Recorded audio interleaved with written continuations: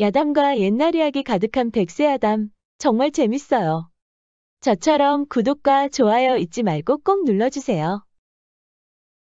전란을 끝낸 조선시대. 전국에는 여전히 전란의 잔해가 여기저기 흩어져 있었습니다. 전쟁을 끝내고 돌아온 장군 이강은 돌아갈 고향이 없었답니다. 고향은 이미 쑥대밭이 되었고 남은 사람들은 복구 작업에 여념이 없었습니다. 수많은 전투로 심신이 지친 이강은 그런 고향에 큰 미련이 없었지요. 그렇게 방황을 하다가 이름이 없는 어느 고을의 자리를 잡았습니다. 이 고을은 전쟁통에도 상대적으로 큰 피해를 입지 않았답니다. 시장은 고향보다 훨씬 활기찼고 고을 사람들도 모두 인심이 좋았지요. 무엇보다 이강이 여기 머무르고 싶었던 특별한 이유가 있었습니다. 여기에 바로 과부들이 많이 살고 있던 것이었지요. 마침 이 고을에서는 전쟁 때문에 치안이 많이 안 좋았답니다.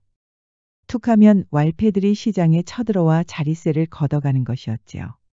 옳거니 이것이 기회로구나.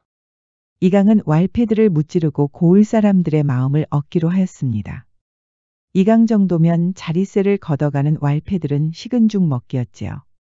예상대로 왈패들은 이강을 보더니 겁을 먹고 도망을 치는 것이었습니다. 전쟁통에서 살아 돌아온 장군이니 왈패들도 눈치를 채고 싸움조차 걸지 않은 것이었지요. 그리하여 이강은 고을 사람들로부터 큰 신임을 얻었습니다. 고을 사또는 전쟁통에 피난만 다녔던 약골이었지요. 사실상 이강이 이 고을의 왕이 된 셈이었습니다. 이제 과부들을 한 명씩 만나보자꾸나. 이강은 만면의 미소를 지었습니다. 이제 이 고을에서는 무서울 것이 없었지요. 시장 상인들을 괴롭히던 상인들도 얼마 가지 않아 이강의 부하들로 들어왔습니다. 부하들도 이강의 의중을 알게 되면서 여기저기 있는 어여쁜 과부들에 대해 알려주곤 하였지요. 이강은 흡족하였습니다. 그러던 어느 날이었습니다. 고을의 유일한 사찰에서 한 젊은 남자가 내려왔습니다. 하산을 하고 돌아온 이 남자는 형각. 전쟁통에도 사찰을 지켰던 유일한 남자였지요. 큰 스님은 감격하여 형각이 속세로 떠나는 일을 크게 말리지 않았습니다. 현가가 너라면 분명히 속세에서도 크게 성공할 것이야. 너의 그 큰 배포라면 어디를 가서도 굶어 죽지는 않을 것이다. 현가가 꼭 성공하거라. 형각은 그렇게 사찰을 떠나 고을로 내려왔습니다. 전쟁통에도 고을 사람들을 위로했던 형각이었지요. 그러니 어디를 가도 형각을 반기는 것이었습니다. 게다가 얼굴까지 잘생겼으니 고을 여인들의 마음도 사로잡은 것이었지요. 이제 하산한 사람이니 혼담을 넣고 싶어하는 집들도 많았답니다. 형각의 유명세는 얼마 가지 않아 이강의 귀에도 들어갔습니다. 고을 여인들의 마음을 모두 사로잡으려고 했던 이강은 시기심이 난 것이었지요. 멀리서 지켜본 형각의 생김새는 남자가 봐도 부러울 지경이었습니다. 불안한 이강은 부하들을 통해 형각의 동태를 보고받았습니다. 예상대로 형각은 고을 여인들의 인기를 한몸에 받고 있었습니다. 감히 저 어린 것이.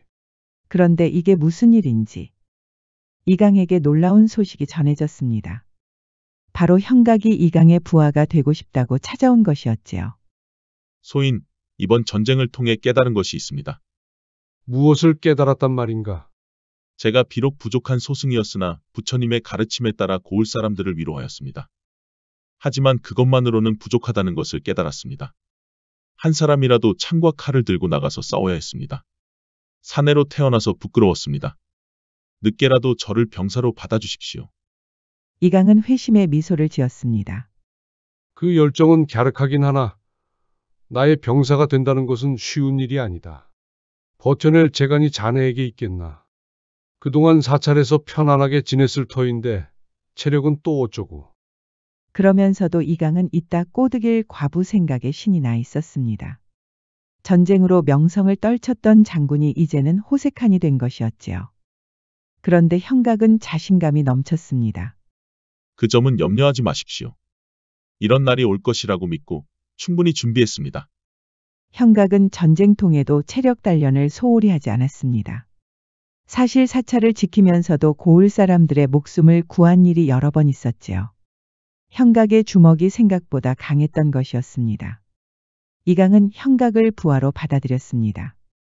아주 모질게 굴어서 초장부터 기세를 꺾을 작정이었지요. 새벽부터 기와집 마당 청소를 시키고 머슴들이 해야 할 땔감에다 병사들이 쏘면서 버려진 화살들을 줍는 허드렛 일까지 시키는 것이었습니다. 형각은 당연히 자존심이 상할 수밖에 없었지요. 일부 병사들은 형각을 우습게 여겼습니다. 스님이면 그냥 사찰이나 지킬 것이지 뭐하러 속세에 와서 이런 허드렛 일을 하고 계시나. 너 방금 뭐라고 했어? 형각은 그만 분을 참지 못하고 병사와 몸싸움을 하였습니다. 이강은 옳다구나 하고 형각을 두들겨 패는 것이었습니다. 그러게 이놈아. 사찰이나 지킬 것이지. 속세에 왜 기어들어와서 이 망신을 당하는 게야? 형각은 장군의 훈육이라고 믿었지만 가슴속에 들끓는 분노는 억제할 수가 없었습니다. 이강은 형각이 밖으로 나오지도 못하게 창고 안에 가둬버렸습니다. 그래야 고을 여인들에게 눈독을 들이지 못하니까요. 그만큼 이강이 좁쌀 같은 사람이었지요. 그리고는 어여쁜 과부를 불러서 또 수작을 부리는 것이었습니다. 이러다 이강의 손길을 거치지 않을 과부가 없을 지경이었지요. 형각은 이강의 그런 숨은 이면을 모르고 창고 안에서 마음을 가라앉히고 있었습니다. 이렇게 속세에서 무너지면 안 된다.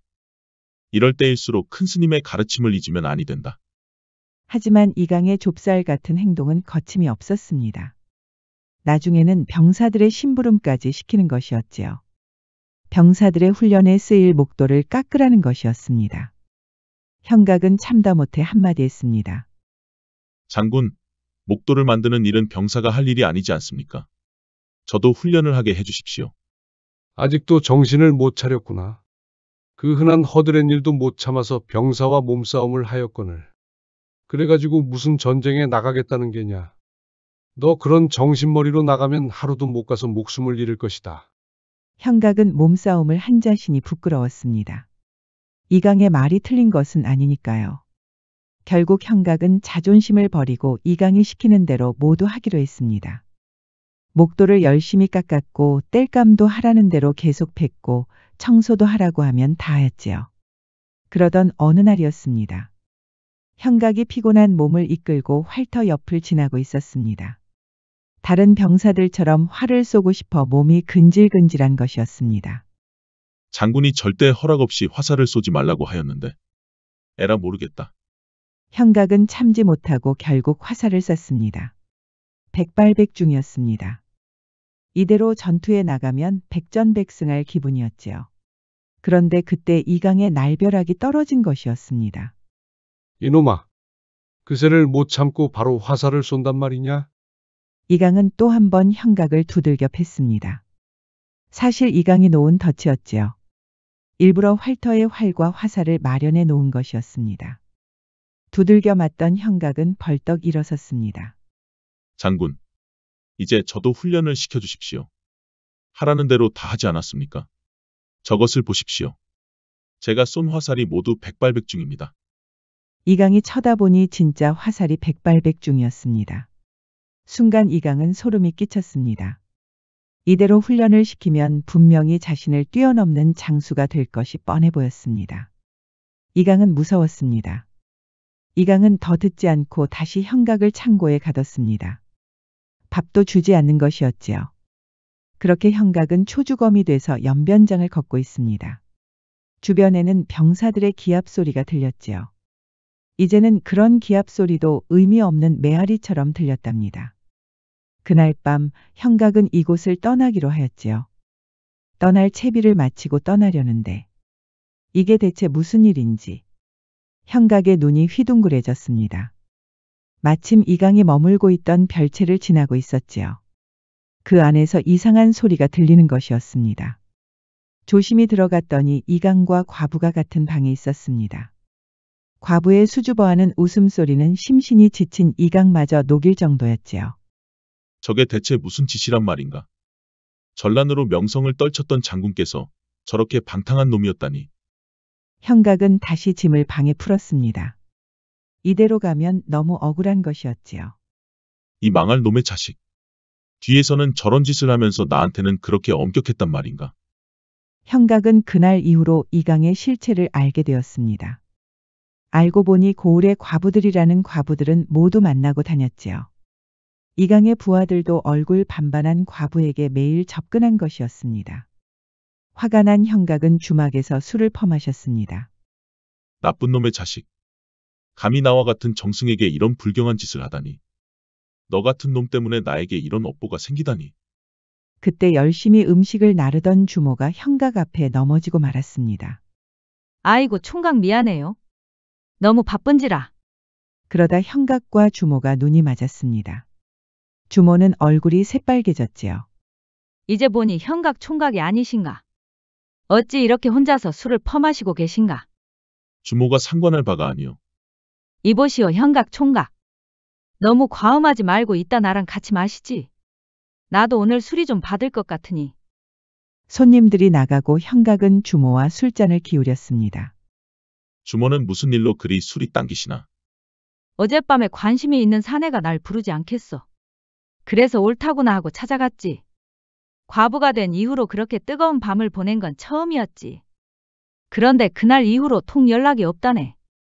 어떤 놈이 그런 짓을 한단 말이오.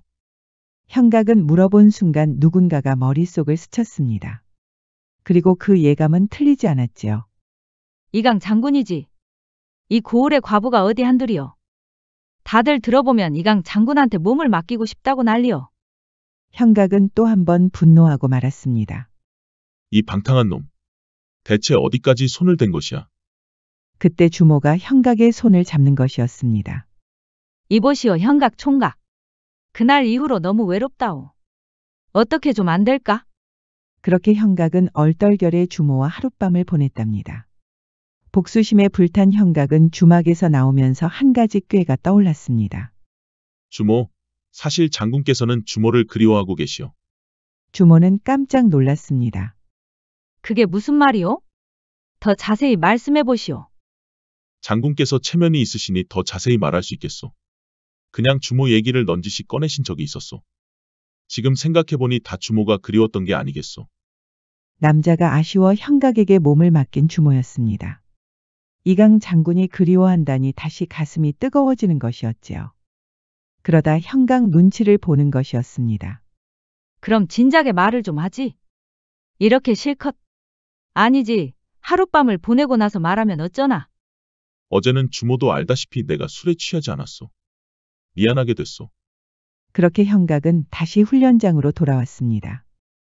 그리고는 이강 앞에 이렇게 말하는 것이었습니다. 장군, 얼마 전에 아랫동네에 사는 김씨댁에서 장군 말씀을 했다고 하더이다. 방금 누구라고 하였느냐? 김씨댁이라고 하였느냐? 김 씨는 얼마 전에 이 고을로 이사를 온 과부였습니다. 이미 어여쁘다고 알려졌지요.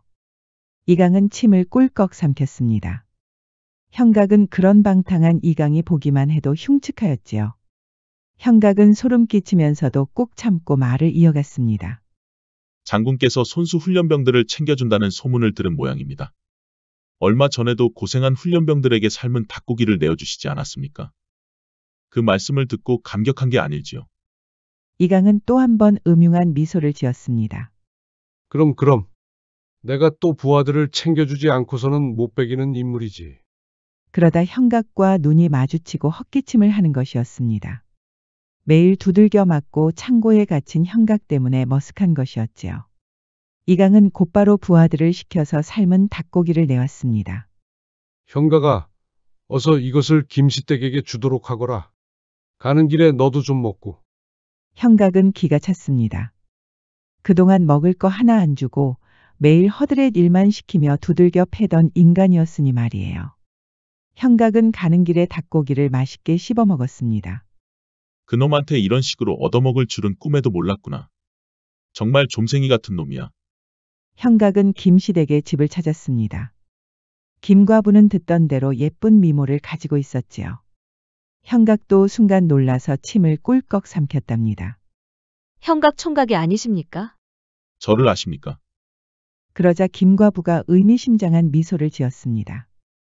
형각 총각 모르면 여기서 소외되기 십상입니다. 과부들이 형각 총각을 많이 찾던데요. 그러면서 현각과 눈을 마주치는 것이 아니겠어요. 옳거니 걸려들었구나. 현각은 또 왜 이러는 걸까요?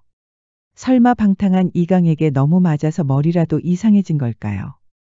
현각은 손에 들고 있던 닭고기를 보여주었습니다. 사실 이 고을에 이사를 오신 지 얼마 되지 않았는데 화답이 늦었습니다. 김과부는 닭고기를 보더니 씩 하고 웃는 것이 아니겠어요. 이게 다 무엇입니까? 설마 저를 위해서 이렇게 만들어 온 것입니까? 그렇다마다요. 이렇게 현각은 거짓말쟁이가 되어가는 걸까요? 저 역시 이 고을을 지키는 병사가 아닙니까? 전쟁통에 깨달은 것이 많았답니다. 김과부는 현각이 하산한 이야기를 듣고 크게 감탄하는 것이었습니다. 속세에 들어오신 연유가 단지 전쟁 때문이었습니까? 현각은 김과부의 의중을 알아챘지요. 물론 저 역시 여인을 안고 싶답니다. 그런데 저를 알아주는 여인이 없으니 설마 그럴 리가요. 이렇게 번듯한 총각한테 여인들이 눈길을 안 주다니. 모두 눈이 어떻게 된 모양이네. 김과부는 수줍은 미소를 지었습니다. 하지만 현각은 급할 이유가 없었습니다. 이미 김과부 마음을 빼앗았다고 자신하는 것이었지요. 현각은 이강에게 돌아가 이렇게 말했습니다. 김씨댁에서 감사 말씀 전하셨습니다.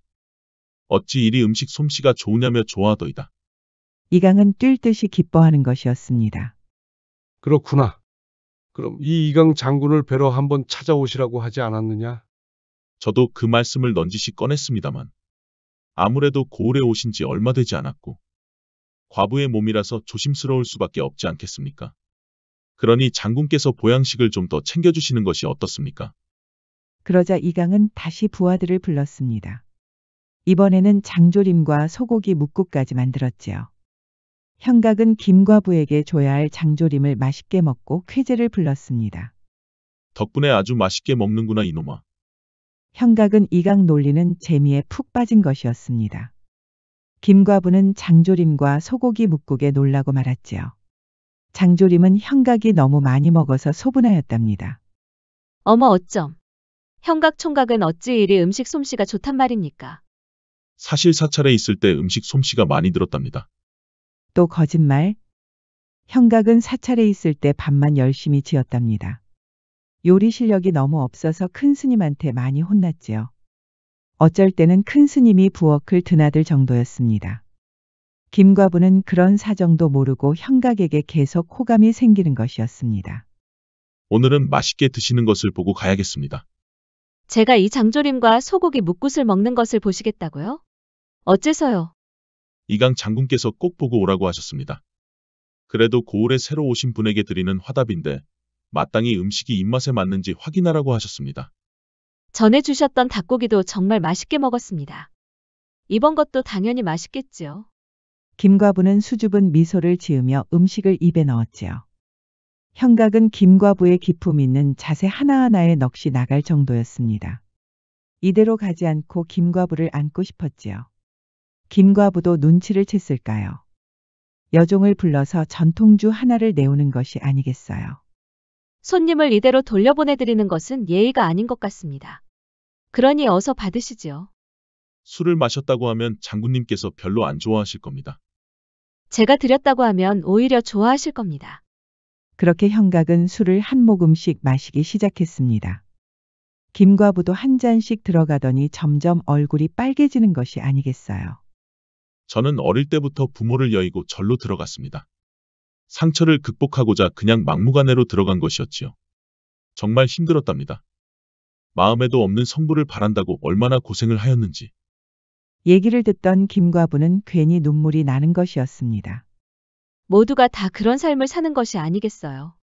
저 역시 너무 어린 나이에 혼인을 했지 뭐예요. 시댁에서 신랑이 몸이 안 좋다는 것을 감쪽같이 숨겼답니다. 저는 신랑 품에 제대로 안겨보지도 못하고 혼자가 되었지요. 김씨댁의 이야기를 듣고 보니 저와 비슷한 아픔이 있으신 것 같습니다. 서로 원치 않는 삶을 살다가 여기까지 온 것 같습니다. 그러니 서로 위로도 할 수 있지 않겠습니까? 현각 총각. 지금 그 말은 현각은 자기도 모르게 김과부의 얼굴에 손이 가고 말았습니다. 피부가 어찌나 고운지 현각은 그만 충동적으로 김과부를 안고 말았지요. 김과부는 놀랐지만 형각의 옷자락을 쥐던 손에 힘이 서서히 풀리는 것이었습니다. 결국 김과부도 자세를 바로 하고 형각의 품에 안겼습니다. 형각은 이강 몰래 과부들을 탐하니 아주 꿀맛이었습니다. 세상에 속세가 이렇게 재미가 있었다니. 하루빨리 하산을 할 걸 그랬구나. 그동안 큰 스님 눈치를 보느라 장꾀도 부리지 않았던 형각이었지요. 역시 장꾀의 맛이란. 형각은 그렇게 김과부의 하룻밤도 빼앗았습니다. 죄 없는 과부를 속였다는 죄책감은 온데간데 없었지요. 그런데 이게 무슨 일인지. 다음 날 아침에 형각의 미간을 찌푸리게 하는 일이 있었습니다. 바로 이강의 목소리였지요. 형각은 깜짝 놀랐습니다. 김과부는 여전히 새근새근 자고 있었습니다. 이강이 이른 시간에 김과부를 찾은 것이었습니다. 이강의 쩌렁쩌렁한 목소리가 울려 퍼졌습니다. 그러니 김과부도 깰 수밖에 없었지요. 형각은 당황할 수밖에 없었습니다. 지금 이대로 이강과 김과부가 만나면 본인이 했던 거짓말이 모두 들통이 날 테니까요. 형각이 그렇게 안절부절 못하는 중에 이강이 집으로 들어왔습니다. 김과부의 허락도 없는데 막무가내로 들어온 것이었습니다. 그때 김과부가 깨어난 것이었지요. 지금 누가 온 겁니까? 이강 장군입니다. 김과부는 깜짝 놀랐지요. 얼른 옷부터 입어야 하니까요. 수세에 몰린 형각은 김과부의 손을 덥석 잡았습니다. 대체 형각은 무슨 생각일까요? 김과부는 마당으로 나와 이강과 만났습니다. 이제야 김시댁을 만나 뵙는군요. 저 역시 명성이 드높은 이강 장군을 뵙게 돼서 반갑습니다. 그런데 어인일로 오셨는지. 그야 제가 보내드린 닭고기와 그리고 그 뭐더라. 좁쌀 같은 이강은 자기가 보내준 음식도 제대로 기억 못하고 있었지요. 하루빨리 김시댁을 안고 싶은 마음뿐이었습니다. 장조림과 소고기 묵국 말씀이십니까? 맞습니다. 그거는 잘 드셨는지 궁금하여 이렇게 이른 아침에 한 걸음으로 달려왔소. 김과부는 미소를 짓더니 이렇게 말하는 것이었습니다. 형각 총각을 통해서 잘 받았습니다. 장군 음식 솜씨가 소문대로더군요. 이게 대체 무슨 일일까요? 사실 형각은 자신이 살기 위해 이강을 이용한 것이었습니다. 사실 김시댁에게 못한 말이 있습니다. 사실 이강 장군은 김시댁이 아는 그런 사내가 아니오. 이 고을 과부들 중에 그놈의 손길을 거치지 않은 여인이 없을 정도라오. 사연을 들은 김과부는 기겁하는 것이었습니다. 제가 드렸던 음식들은 사실 제가 한 것이 아닙니다. 속여서 송구합니다. 김시댁이 이강 장군의 또 다른 희생양이 되는 것을 원치 않았소. 그래서 제가 바보같이 이런 짓을. 김과부는 이미 형각에게 마음을 빼앗겼지요. 하룻밤을 보냈으니 이제 형각의 여인이라고 믿은 것이었습니다. 그리하여 형각의 뜻대로 이강을 속이기로 한 것이었지요. 장군께 감사의 뜻으로 식사를 대접하고 싶습니다. 이강은 그런 일도 모르고 옳다구나 하고 좋아하는 것이었습니다. 쇠뿔도 당김에 빼라고 바로 오늘 밤은 어떻소? 저야 좋지요. 김과부는 그날 밤에 이강의 집을 찾았습니다. 이강은 부하들을 재촉하여 더 푸짐한 음식을 내왔습니다. 장군께서 그토록 부하들을 아끼신다고 하던데 한번 확인할 수 있는지요? 이강은 당황하였습니다. 사실 이강에게 모진 훈련을 받던 터라 다들 지쳐 있었지요. 사실 이강은 질투심과 시기심이 많아서 자기보다 잘났거나 잘생긴 사내만 보면 괴롭히는 것이었습니다. 형각만 피해자가 아니었지요. 김과부는 눈치를 채고 이렇게 말하였습니다.